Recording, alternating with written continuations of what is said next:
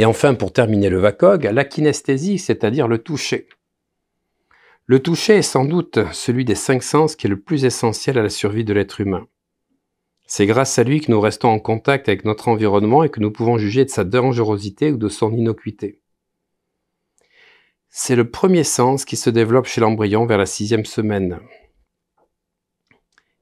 Il est le seul à impliquer l'ensemble du corps, pas seulement la peau, mais tous les récepteurs internes, le contact entre les muscles, les articulations, les organes. C'est ce qu'on appelle la proprioception. La peau constitue la frontière entre notre corps et son environnement.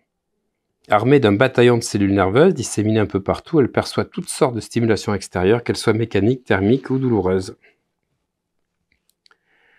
Situés dans les 2 couches supérieures de la peau, le derme et l'épiderme, les récepteurs sont classés suivant leur spécificité. Les mécanorécepteurs pour la pression ou l'étirement, les thermorécepteurs pour les changements de température, froid, frais, tiède, chaud, brûlant, les nocicepteurs pour la douleur, piquant, glaçant. En fait, ces derniers récepteurs nous permettent de faire la distinction entre un toucher sans danger et une lésion potentielle. Ils ne sont pas sollicités par une stimulation de faible niveau, mais par une forte pression, une augmentation de température ou un taux de substances toxiques. L'emplacement de chaque type de capteur dans la peau est directement lié à son rôle. Ainsi, les mécanorécepteurs sont logés en profondeur dans le derme, tandis que les capteurs plus petits, capables de détecter un frôlement, se trouvent près de la surface. Chaque récepteur est constitué de terminaisons nerveuses, libres ou encapsulées, comme les corpuscules. En fait, les récepteurs sensoriels sont grossièrement divisés en 2 groupes principaux selon leur vitesse d'adaptation à des stimuli extérieurs. Certains s'adaptent lentement, livrant au cerveau des impulsions plus étendues dans le temps, d'autres sont plus rapides et modulent leurs signaux en fonction du contexte. Chaque récepteur ou fibre tactile envoie des impulsions nerveuses au cerveau par l'intermédiaire d'une trentaine de nerfs cutanés connectés à la moelle épinière. À charge pour le cerveau et plus précisément le cortex sensitif de faire le tri dans toutes les informations qui lui parviennent. Nous voyons la coupe de la peau et nous voyons d'abord l'épiderme, la couche supérieure de la peau. Imperméable, elle protège le corps contre les rayons ultraviolets, les bactéries, la déshydratation. Elle comporte des poils.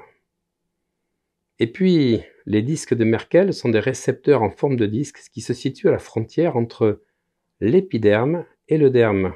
Ils jouent le rôle des mécanorécepteurs en répondant surtout à des pressions localisées comme l'enfoncement de la peau. Les terminaisons nerveuses réagissent au chaud et au froid et font état du changement de température au cerveau. On parle de thermorécepteurs. Et d'autres sont des nocicepteurs, c'est-à-dire qu'elles détectent la douleur. Les corpuscules de Meissner sont présents notamment sur la face palmaire des doigts, la plante des pieds, la langue, les lèvres, et ce sont des mécanorécepteurs qui répondent au frôlement et sont très sensibles à la vitesse. Le derme est constitué de fibres souples, confère à la peau son élasticité, abrite les racines pileuses, les terminaisons nerveuses et les glandes sudoripares. Nous avons aussi les corpuscules de Pacini, des mécanorécepteurs localisés dans le derme profond, sensibles à la déformation comme l'étirement de la peau, ils facilitent la préhension dans le bout des doigts. Et enfin, tout au fond, l'hypoderme, la couche inférieure de la peau la plus profonde, formant une sorte de matelas graisseux qui prévient l'évasion de la chaleur corporelle et protège le corps des agressions extérieures et des chocs, constitue également une réserve d'énergie pour le corps.